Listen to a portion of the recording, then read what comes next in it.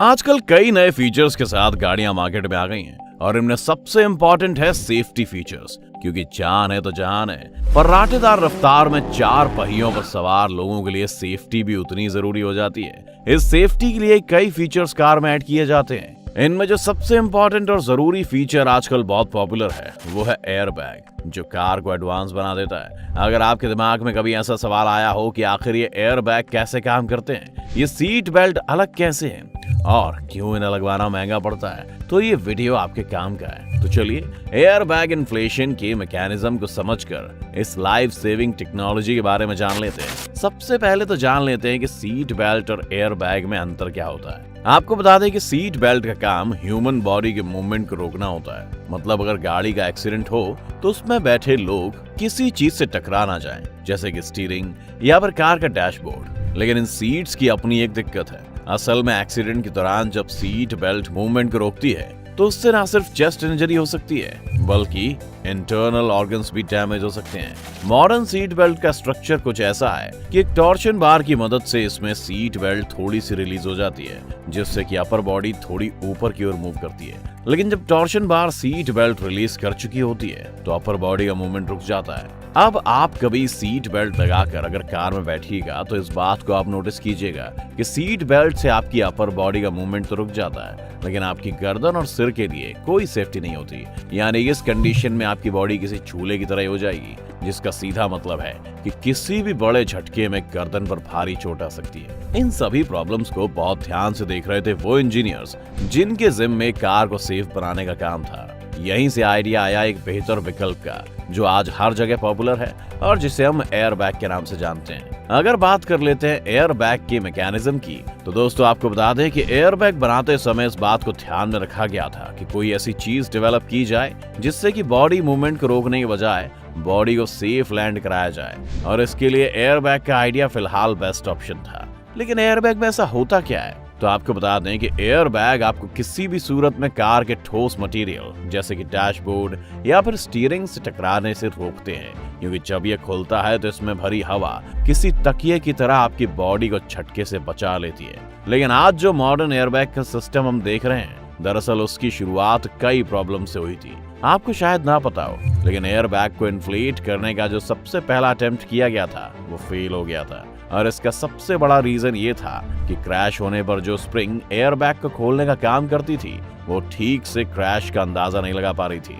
इसके अलावा एक बड़ी प्रॉब्लम ये भी थी कि एयर बैग के अंदर जो कंप्रेस्ड हवा भरी जाती है वो एयर बैग को इतनी जल्दी नहीं भर पा रही थी कि क्रैश की वजह से होने वाले डैमेज को रोक सके। इसी वजह से जब नए नए एयर बैग के कॉन्सेप्ट को लेकर कार्स निकली तो लोगों को इन्हें इस्तेमाल करने में डर लग रहा था और इन्हें कमर्शियली इस्तेमाल नहीं किया गया था। लेकिन जहां प्रॉब्लम आती है वहीं सॉल्यूशंस भी मिल जाते हैं, और इस सॉल्यूशन को लेकर आए जॉयसन सेफ्टी सिस्टम्स के फाउंडर मिस्टर एलन के ब्रीड। उन्हें एयर बैग की दोनों प्रॉब्लम्स की जड़ समझ में आ गई थी, और सबसे पहले उन्होंने काम किया सेंसर को बेहतर बनाने का, क्योंकि एयर बैग की खुलने की टाइमिंग सबसे ज्यादा इंपॉर्टेंट थी। इसके लिए उन्होंने एयर बैग में बॉल एंड ट्यूब सेंसर का यूज किया। आपको बता दें कि इस सेंसर में एक मैग्नेट की मदद से स्टील बॉल को उसकी पोजीशन में होल्ड करके रखा जाता है। अब जब कोई टकराव होता है तो कार बहुत तेजी से डीएक्सेलरेट होती है और इनर्शिया की वजह से कार मैग्नेट से अलग हो जाती है। ऐसी सिचुएशन में बॉल सर्किट को बंद करने के लिए आगे की ओर मूव करती है और इन्फ्लेक्टर को एक सिग्नल भेजती है, और फिर एयर बैग खुल जाता है। इस तरह सेफ्टी फीचर के खुलने की टाइमिंग का झंझट खत्म ही हो गया। उन्होंने जो दूसरा बड़ा काम किया था वो ये था कि वो एयर बैग में कंप्रेस्ड एयर की जगह केमिकल एक्सप्लोसिव को यूज करने का आइडिया लेकर आए, और इसके लिए उन्होंने इस्तेमाल किया सोडियम एजाइड का। इसकी स्पेशलिटी ये थी कि अगर इस सॉलिड केमिकल को 300 डिग्री से ज्यादा के टेम्परेचर पर ट्रिगर किया जाए तो ये बहुत तेजी से गैस में कन्वर्ट हो जाता है। बता दें कि 50 ग्राम सोडियम अजाइन लगभग 70 लीटर नाइट्रोजन जनरेट करता है। इस केमिकल को स्टीयरिंग व्हील के एयर टाइट सिलेंडर के अंदर भरा जाता है, तो जब बॉल सेंसर द्वारा भेजा गया इलेक्ट्रिक सिग्नल पायरोटेक्निक डिवाइस, जो कि एक पतला सा रेजिस्टेंस वायर होता है, उससे जब करंट पास होता है तब ये 300 डिग्री का टेम्परेचर जनरेट करता है, जिसकी वजह से सोडियम अजाइड एक्सप्लोड होता है और बहुत तेजी से नाइट्रोजन गैस जनरेट होती है, जो कि महज 30 मिली सेकेंड के अंदर बैग को इन्फ्लेट कर देती है। ब्रीड के इन 2 इन्वेंशंस की बदौलत कमर्शियल तौर पर भी एयरबैग को इस्तेमाल किया जा सका। ब्रीड कॉर्पोरेशन की इस इन पेटेंटेड डिजाइन को 1998 में क्राइसलर द्वारा उनके डॉस डेटोना मॉडल से रिलीज किया गया था। ये कॉन्सेप्ट बहुत ज्यादा सक्सेसफुल हुआ और बाकी सभी कार मैन्युफैक्चरर्स ने भी इस तरह की एयरबैग टेक्नोलॉजी इंप्लीमेंट करनी शुरू कर दी।